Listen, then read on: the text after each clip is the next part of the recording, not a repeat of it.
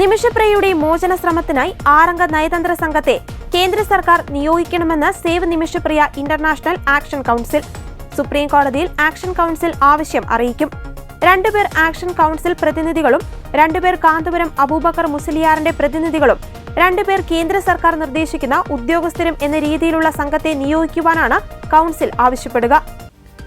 Action council പ്രതിനിധികളായി supreme കോടതി അഭിഭാഷകനും കൗൺസിൽ നിയമോപദേഷ്ടാവുമായ advocate Subhash Chandran KR, council treasurer Kunhahammad Koorachundu എന്നിവരെയും മർക്കസ് പ്രതിനിധികളായി അന്താരാഷ്ട്ര തലത്തിൽ ഇടപെടുന്ന മുസ്ലിം പണ്ഡിതൻ അഡ്വക്കേറ്റ് ഹുസൈൻ സഖാഫി, യമൻ ബന്ധമുള്ള വ്യക്തിയായ ഹാമിദ് എന്നിവരെയും നയതന്ത്ര സംഘത്തിൽ ഉൾപ്പെടുത്തണമെന്നും ആവശ്യപ്പെടും.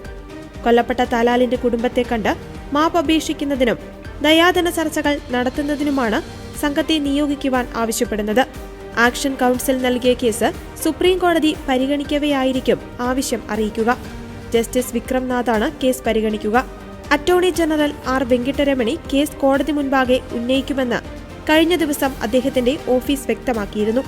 വധശിക്ഷ മാറ്റിവെച്ച വിവരം ആക്ഷൻ കൗൺസിലും കേന്ദ്ര സർക്കാരും സുപ്രീം കോടതിയെ അറിയിക്കും.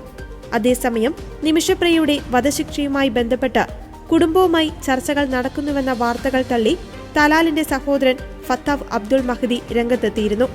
കുടുംബം ആരുമായും ചർച്ച നടത്തിയിട്ടില്ലെന്നും മാധ്യമ വാർത്തകൾ തെറ്റാണെന്നും സഹോദരൻ ഫേസ്ബുക്കിൽ പങ്കുവച്ച പോസ്റ്റിൽ പറയുന്നു. മലയാളത്തിലും അറബിയിലുമാണ് ഫത്താഫ് അബ്ദുൾ മഹ്ദിയുടെ പോസ്റ്റ്. നിമിഷയുടെ വധശിക്ഷ തങ്ങളുടെ കുടുംബത്തിന്റെ അവകാശമാണെന്നും വധശിക്ഷ നടപ്പാക്കുമെന്ന നിലപാടിൽ ഉറച്ചു നിൽക്കുകയാണെന്നും തലാലിന്റെ സഹോദരൻ പറഞ്ഞു. കുറ്റക്കാരിയായ നിമിഷപ്രിയയെ ഇന്ത്യൻ മാധ്യമങ്ങൾ, പ്രത്യേകിച്ച് കേരളത്തിലെ മാധ്യമങ്ങൾ പാവമായാണ് ചിത്രീകരിക്കുന്നതെന്നും ഫത്താഫ് കുറ്റപ്പെടുത്തി. പാലക്കാട് കൊല്ലങ്കോട് തേക്കിൻചിറ സ്വദേശിനിയാണ് നിമിഷപ്രിയ. കൊല്ലങ്കോട് മാത്തൂരിലെ തോട്ടം കാര്യസ്ഥനായിരുന്ന തൊടുപുഴ സ്വദേശി ടോമിയെ കല്യാണം കഴിച്ച ശേഷം 2012-ലാണ് നിമിഷപ്രിയയും ടോമിയും കുഞ്ഞും ചേർന്ന് യമനിലേക്ക് പോയത്.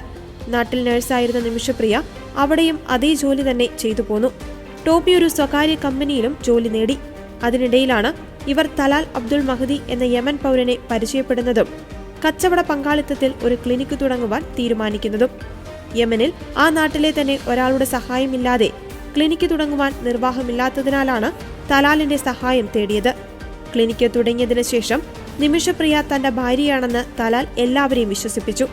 വ്യാജ വിവാഹ സർട്ടിഫിക്കറ്റ് ഉണ്ടാക്കുകയും പിന്നീട് ഭീഷണിപ്പെടുത്തി മതാചാരപ്രകാരം വിവാഹം നടത്തുകയും ചെയ്തു. പങ്കാളിത്തത്തിൽ തുടങ്ങിയ ക്ലിനിക്കിന്റെ വരുമാനം മുഴുവനായും തലാൽ സ്വന്തമാക്കാൻ തുടങ്ങി. പാസ്പോർട്ട് തട്ടിയെടുക്കുകയും അവരുടെ പക്കലുണ്ടായിരുന്ന സ്വർണം വിൽക്കുകയും ചെയ്തു. സഹിക്കാൻ വയ്യെന്ന ഘട്ടത്തിൽ നിമിഷപ്രിയ അധികൃതർക്ക് പരാതി നൽകി. ഇതോടെ തലാൽ ശാരീരിക ഉപദ്രവങ്ങൾ ആരംഭിച്ചു. ജീവൻ അപകടത്തിലാവുമെന്ന ഘട്ടത്തിലാണ് താൻ തലാലിനെ അപായപ്പെടുത്തുവാൻ ശ്രമിച്ചതെന്നായിരുന്നു നിമിഷപ്രിയ വ്യക്തമാക്കിയിട്ടുള്ളത്.